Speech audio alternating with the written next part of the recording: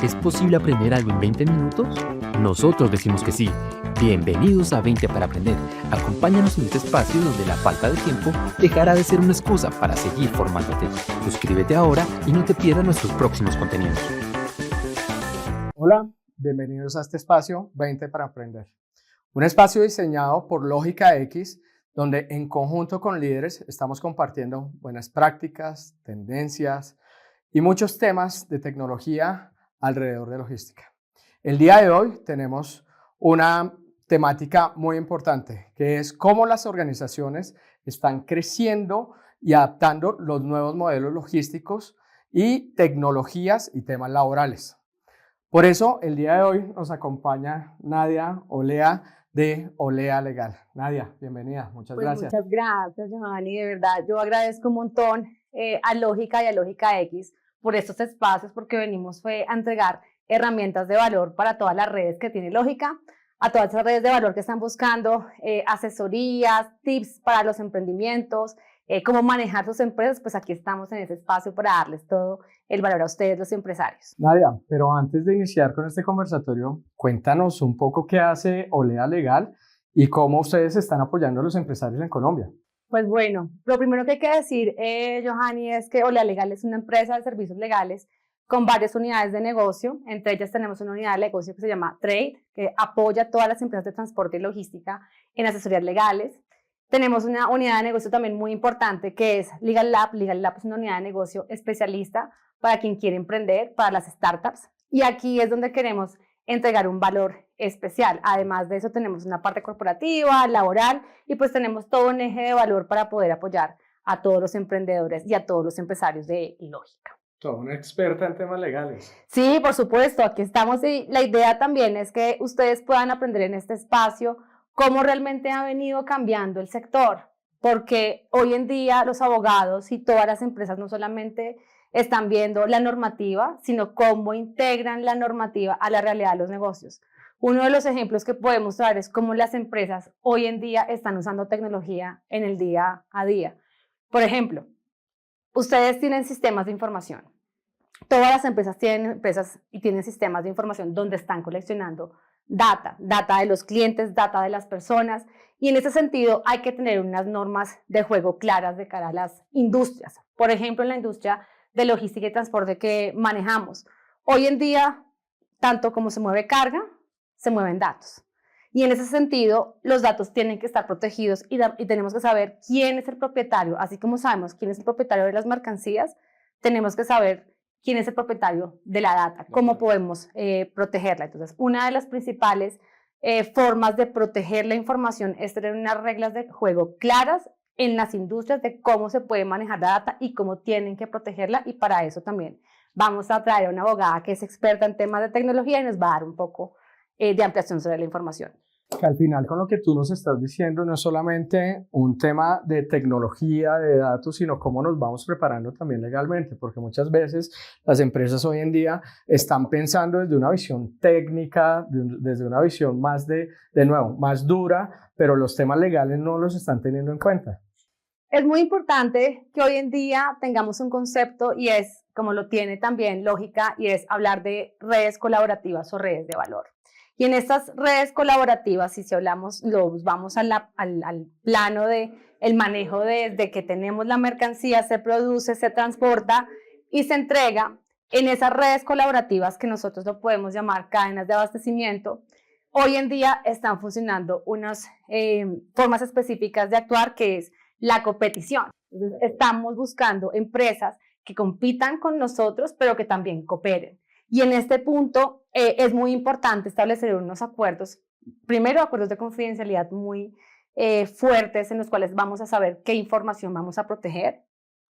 Otra de las formas es hacer unos acuerdos de colaboración empresarial, donde las reglas de juego tienen que estar claras. Por ejemplo, quién va a manejar qué tipo de información, hasta dónde van las obligaciones del otro, qué tipo de sanciones podemos establecer entre las partes si alguno de pronto va a llevarse una información que no le compete. Por eso es tan importante hoy en día que entendamos que la información, así como se están moviendo las mercancías, estamos moviendo información, y en ese sentido hay que establecer en esos acuerdos de colaboración, que es la forma de hacer hoy negocios, cómo vamos a proteger, hasta dónde va mis obligaciones para que empiecen las obligaciones de, digamos, de esos que están colaborando con nosotros. Entonces creo que eso hace parte de los retos hoy en día, hacer los acuerdos de colaboración muy estructurados, donde tengamos en cuenta que en esas colaboraciones estamos entregando bienes intangibles y tenemos que tener unas reglas muy claras en la protección de propiedad intelectual. Que al final, hoy día, las empresas tienen que pensar no solamente en cómo yo desarrollo mi ecosistema, sino realmente cómo le genero valor con mucho más que mi ecosistema simple, ¿sí? Entonces, por eso nosotros hablamos de redes colaborativas y redes de valor. Al final, tú acabas de decir algo bien importante, Nadia, y es cómo nosotros cogemos esos activos intangibles y los materializamos, los logramos monetizar y le ponemos las reglas de juego para que esto funcione de la mejor forma. Sí, pues en bienes intangibles, lo primero que aquí nosotros los abogados siempre hablamos es la marca. La marca es un bien intangible de cara a las empresas. Otro bien intangible es la clientela. Entonces, si usted tiene una clientela en este negocio que estamos colaborando, ¿cómo se va a proteger o cómo se va a explotar esa clientela? Otro de los bienes intangibles que podemos mencionar, pues, es los conocimientos que tiene cada una de las empresas. Por eso estos acuerdos de colaboración empresarial son muy importantes en establecer esas reglas de cómo vamos a proteger esa información y hasta dónde podemos llegar. Nadia, y ahora con el tema de el auge de desarrollo de plataformas digitales, agentes virtuales, inteligencia artificial, cuéntanos cómo las empresas que están en crecimiento y en desarrollo tienen que proteger esto legalmente, porque claro, todas de nuevo están trabajando en temas de desarrollo desde la visión de software, desde la visión de hardware, desde el soporte, pero legalmente, ¿cuál debería ser ese consejo que tú les darías a ellos para que realmente tuvieran esa visión completa y estuvieran protegidos? Pues bueno, lo primero que hay que mencionar es que, bueno, nosotros tenemos varios clientes que han hecho diferentes plataformas digitales y cuando llegan a nosotros, lo primero que vemos es que hicieron un desarrollo tecnológico, pero no tienen la debida protección.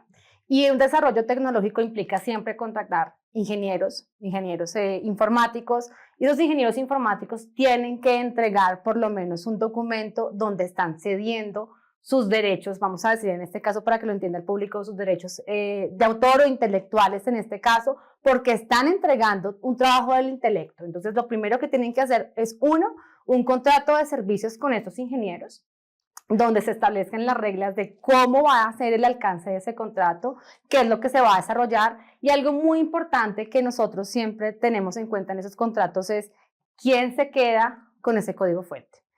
El código fuente, pues, es lo más importante que tiene una plataforma digital. Y los ingenieros, si no hacen este contrato de servicios y no hacen esa debida cesión de derechos, pues se van a quedar con ese activo que es un activo digital. Y por eso es muy importante que cuando las empresas van a realizar este tipo de plataformas, contraten una firma de abogados que les revise este contrato y que en este contrato se establezcan cuáles son las obligaciones, los alcances y que se entregue ese activo digital que es el código fuente, porque desde ahí es que se desarrolla la plataforma. Y además de eso tiene que haber un documento que se llama una cesión de derechos de autor, donde se están cediendo pues todos los derechos, por eso se le está pagando a esa empresa de servicios informáticos o a ese ingeniero, y esa es la primera forma que tienen que proteger este activo digital. La segunda forma también es que este código fuente tiene la posibilidad de ser registrado en derechos de autor. ¿Por qué? Pues porque es una expresión, obviamente, de una idea bajo un código fuente. Entonces, también se puede hacer el registro de esta plataforma a través de la Dirección Nacional de Derechos de Autor, y eso es lo primero que tienen que tener en cuenta cuando hacen plataformas digitales. Ahí hay un tema muy interesante que tú mencionas, que son los agentes y el tema de inteligencia artificial. Y para esto, lo primero que tenemos que entender es que hoy en día ya existen algunas normativas en Colombia y en el mundo, en Europa, ya está muy desarrollada la normativa en temas de inteligencia artificial. El tema son los límites y qué es lo que le estamos entregando a la inteligencia artificial. Y en este punto me parece muy importante traer a nuestra abogada experta en temas de pymes y en inteligencia artificial, que se llama Michelle, que ella nos puede contar esta parte de gobernanza de datos. ¿Cómo podemos proteger esos datos que están utilizando? Porque hoy en día todo lo que se mueve, como les decía, se mueve mercancía, se mueve se mueven datos, pues toda esa información que estamos entregando a la inteligencia artificial, pues hay un ente que la está recibiendo. El tema es, ¿será que tenemos autorización para manejar esos datos? ¿Será que sí podemos trasladar información de un lugar a otro sin la autorización de alguien? Y eso es lo que me gustaría que conversáramos con nuestra abogada en temas de Legal Lab. Nadia, pero acabas de poner uno de los temas más relevantes que las empresas hoy están teniendo en cuenta, pero no sé qué tanto saben de ellos, ¿sí? Y es el tema de gobierno o gobernanza de datos. Cuéntanos un poquito qué es este concepto, por qué las empresas tienen que estar trabajando en él, cuál es la visión que hay alrededor de gobierno de datos. Pues bueno, lo más importante de la gobernanza de datos es tener claro que es un conjunto de políticas, procesos, roles y controles que una organización siempre tiene que establecer para asegurar que sus datos se gestionen en forma correcta. Y lo más importante de esto es establecer principios en la gobernanza de datos como calidad, seguridad, integridad y un uso responsable de los datos. Pero aquí me gustaría darle la palabra a nuestra abogada de Legal Lab y que conoce también muy bien estos temas, a Michelle. Michelle, cuéntanos un poco de qué es lo que tú puedes ver desde la perspectiva de la asesoría, cómo se pueden gobernar estos datos y cuáles son esos pilares que consideras deben tener los empresarios en cuenta. Si estás disfrutando este video, asegúrate de darle like y suscribirte a nuestro canal.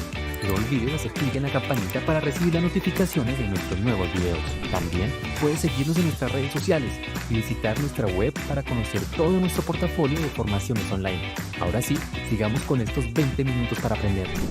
Bueno, pues muchas gracias, Giovanni y doctora Nadia, por este espacio.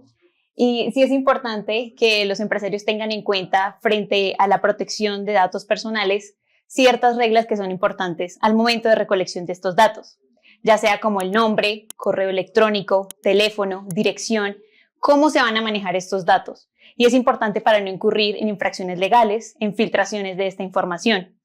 Entonces, frente a esto es importante decirle a los empresarios que con esta información se deben tener en cuenta las reglas legales para proteger esta información, saber quién la está almacenando, cómo se está utilizando, quién va a ser la persona encargada de mantener esta información en confidencialidad. Un ejemplo muy importante de esto es, por ejemplo, en una pyme que se va a dedicar a la venta de productos de belleza. Entonces, abren sus redes sociales, abren sus canales de venta, como ahora, para impulsar sus negocios y deben recopilar toda esta información que acabo de mencionar. Y para que una persona solo lo tenga claro en la empresa, por ejemplo, la del área de servicio al cliente, es la persona que va a estar encargada de esta información. Esta persona va a utilizar sistemas donde la información debe estar con contraseñas, debe mantenerse en un sistema actualizado también. Y esto no solo le brinda seguridad y claridad a la empresa frente a la protección de esto para evitar esas sanciones legales, sino que además se le está brindando una relación de confianza al cliente, de que sus datos van a estar seguros, de que tienen la confianza en esa empresa, de que sus datos no se van a filtrar, de que no se va a robar esa información para luego hacer un uso indebido. Entonces, esto es lo importante. Gracias, Michelle. Quería preguntarte algo que es muy común en las empresas, en las micro, en las pequeñas y hasta en las grandes empresas, y es cada vez que yo quiero pedir datos, hago la llamada al amigo y le digo, oiga, compárteme el dato o los contactos de estas empresas. ¿Eso se puede hacer? ¿Qué consecuencias legales tiene? Sí, Giovanni, como tú lo dices, es un error muy común que nosotros vemos día a día. Y efectivamente, no, la respuesta sería no lo podemos hacer para precisamente evitar que nosotros nos veamos implicados en consecuencias legales para poder dar esta información. Siempre se debe de contar con una aceptación por parte del cliente de que podamos compartir esta información. Es por eso que siempre antes de compartirla, ya sea información sensible o información tan básica como lo es el nombre, el correo electrónico, la dirección del cliente, contemos con su aprobación para compartir esta información. Entonces, efectivamente no podemos hacer esas llamadas. Esa es de las buenas prácticas que venimos a compartir con ustedes, porque efectivamente las personas comparten los datos y no saben las consecuencias legales que vienen detrás de todo esto. Pero ustedes estaban hablando de un tema también muy interesante y es el tema de ciberseguridad. Hablaste de poner contraseñas de una persona que tiene sistemas de información. ¿Cuáles son esos principales tips que deberíamos dejarle a las personas para trabajar en temas de ciberseguridad? Sí, efectivamente no es solo recopilar la información y contar con la aprobación de los clientes para obtener esta información, sino cómo se va a proteger la información. Y ahí es donde aparece el concepto de ciberseguridad. nosotros protegemos esta información, nosotros hablo como empresa, como las empresas deben de protegerla, es identificando claramente quién va a ser la persona que va a proteger la información, teniendo muy claro en el área, como les ponía el ejemplo de servicio legal, va a ser la persona encargada de esa información. Entonces, esta persona va a ser la única que puede acceder a esta información y esto pues, nos evita que la información sea filtrada, sea usada para otros fines y nos veamos en implicaciones legales luego. Nadia, tenía una pregunta para ti y es, ahora están desarrollando muchos agentes virtuales para levantar bases de datos, para buscar información. ¿Qué tan fácil es entrar a estos datos o cómo debemos protegerlos realmente? Porque la tecnología ha venido avanzando muchísimo y se han desarrollado agentes en serio para buscar el contacto de Nadia, el teléfono de Nadia y luego llamarlos. ¿Cuáles son esos principales consejos que hay ahí alrededor de estos temas? Uy, Johanny, esa pregunta es muy interesante porque el tema de los agentes de datos está en auge. Y para entender primero qué es un agente de datos, pues tenemos que hablar de que ese agente es una persona que puede estar detrás de un micrófono, detrás de una llamada, que puede ser una persona natural o puede ser simplemente una inteligencia artificial, que es lo que está pasando, que está actuando a través de una persona jurídica y está actuando en nombre de esa empresa y lo que está haciendo pues es recopilando, procesando, organizando los datos que está recolectando de esa empresa. En ese orden de ideas, este agente de datos pues tiene una función muy importante y es procesar y analizar esos datos.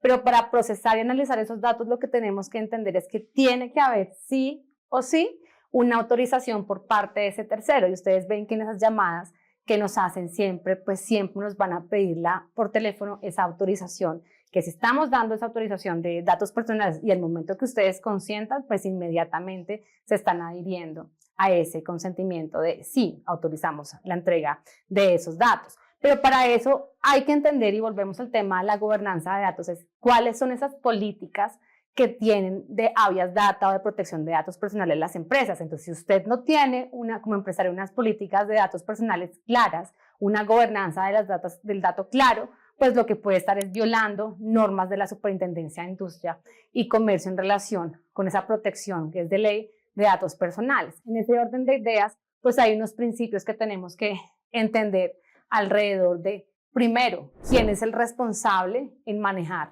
esos datos. Segundo, si tenemos la autorización por parte de ese cliente para transferir mis datos y esa autorización tiene que estar expresa. Y en ese orden de ideas, también quién es el operador y si ese operador de esos datos personales tiene la autorización de ese tercero para poder manejar mis datos, porque aquí hay datos sensibles, datos de carácter crítico y aquí es donde esos agentes tienen que contar definitivamente con esa autorización y es muy importante que en esas políticas o en esa gobernanza pues las empresas creen unos procesos alrededor de esto. Gracias, Nadia, por tu respuesta. Ahora tengo una segunda pregunta que me han hecho muchos industriales actualmente, muchos en diferentes conversaciones, en diferentes espacios, y yo no sé responderla, no soy experto, por eso estoy con ustedes aquí. Y es, de nuevo, se están creando muchos agentes virtuales, ¿sí?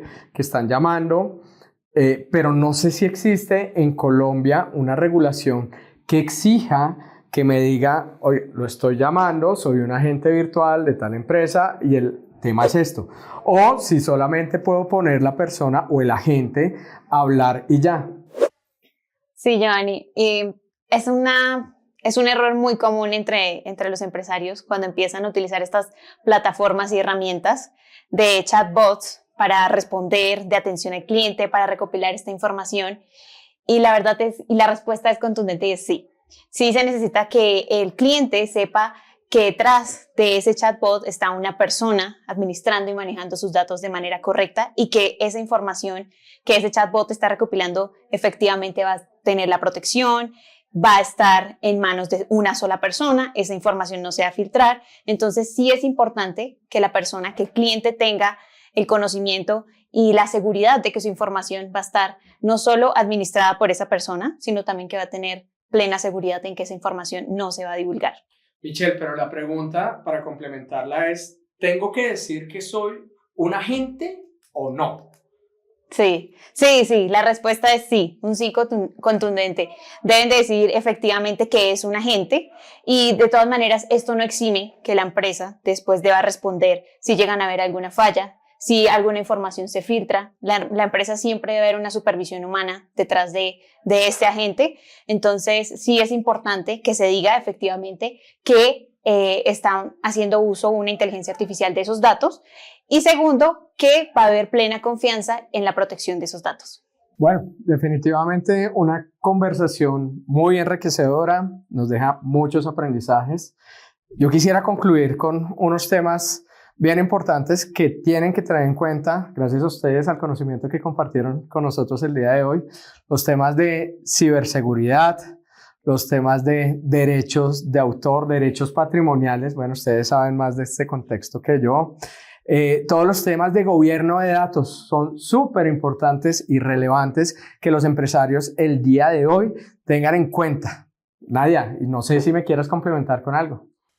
Pues bueno, es muy importante que todos los empresarios se lleven que tienen que crear sistemas de responsabilidad jurídica y organizacional alrededor de la gobernanza de datos, y que esto no es simplemente un documento de una política, sino realmente se tiene que llevar a la realidad, a prácticas empresariales donde se protegen los datos de los clientes, de los proveedores, de todos los stakeholders, pero también muy importante que los sistemas de seguridad de las empresas sean lo suficientemente robustos para proteger la información de sus clientes. Entonces, pues eso es lo que les queríamos contar desde Olea Legal. Gracias, Michelle. Gracias, Johanny, de verdad, por este espacio. Gracias a Lógica X. Y de verdad esperamos que este material haya sido de gran relevancia para todos ustedes. A ustedes, muchas gracias.